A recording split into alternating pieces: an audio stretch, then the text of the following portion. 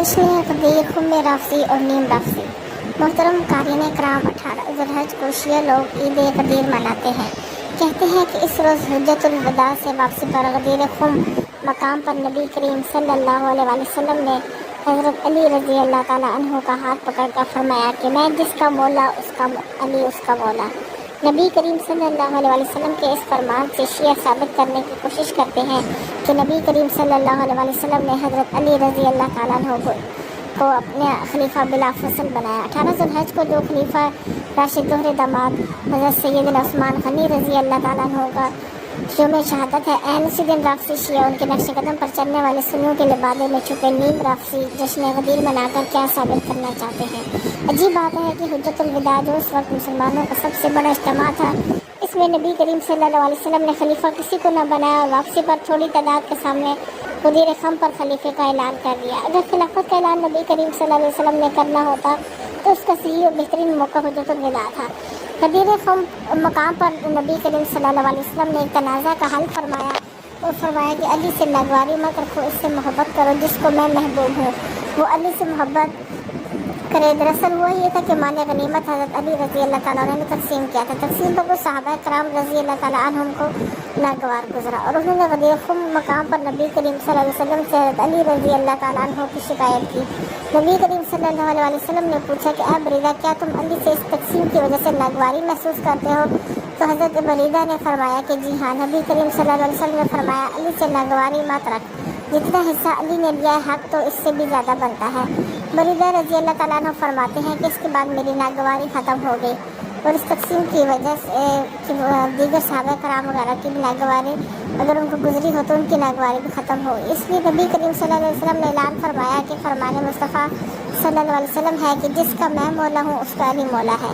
ترجمہ: حضرت شعبہ رضی اللہ تعالیٰ عنہ اپنے روایت کرتے ہیں کہ میں نے ابو طفیل سے سنا کہ ابو سریحہ یا زید بن ارقم رضی اللہ تعالیٰ عنہما سے مروی ہے۔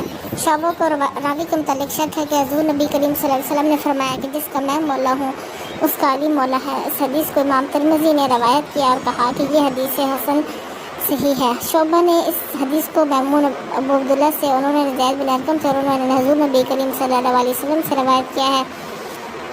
شیعہ کتب سے یعنی بریدہ اسلمی نے حضور نبی کریم صلی اللہ علیہ وسلم سے حضرت علی رضی اللہ عنہ کی مال غنیمت کی تقسیم کی شکایت کی تو رسول کریم صلی اللہ علیہ وسلم نے فرمایا کہ میں جس کا مولا و محبوب ہوں علی بھی اس کے مولا و محبوب ہے، لہذا ناگواری نہ رکھو اور ختم کرو۔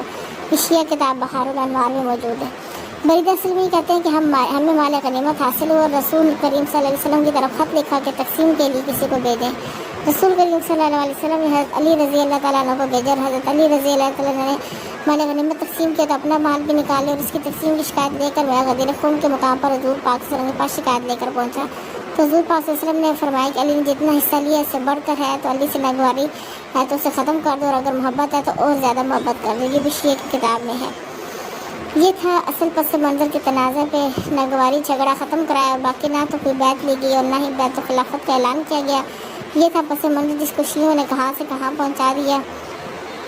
اور عید غدیر چونکہ شیعہ لوگ غلط نظریہ خلیفہ بلا فصل کے تناظر میں مناتے ہیں، اس لیے یہ کوئی عید نہیں، اس کی کوئی اصل نہیں بلکہ یہ جرم و گناہ ہے کیونکہ سیدنا حضرت علی رضی اللہ تعالیٰ عنہ خلیفہ بالفصل نہیں بلکہ چوتھے خلیفہ ہیں۔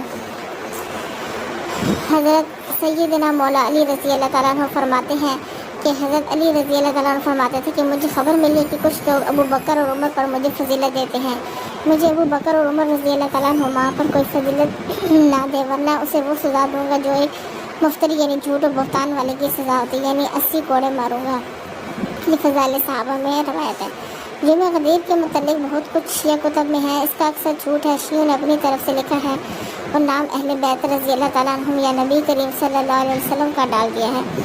امام جعفر صادق رضی اللہ تعالیٰ عنہ نے فرمایا، ترجمہ حدیث کا ہے کہ امام جعفر صادق رضی اللہ تعالیٰ فرماتے ہیں کہ جو لوگ بظاہر ہم اہل بیت کے محب کہلاتے ہیں انہوں نے اپنی طرف سے باتیں حدیثیں گھڑ لی اور ہم اہل بیت کی طرف سے منسوب کر دیں جو کہ جھوٹ ہے، تو ہم اہل بیت کی طرف نسبت کر کے جو کچھ کہا جائے اسے دیکھو، اگر وہ قرآن اور ہمارے نبی حضرت محمد صلی اللہ علیہ وسلم کی سنت کے خلاف ہو تو اسے ہرگز قبول نہ کرو۔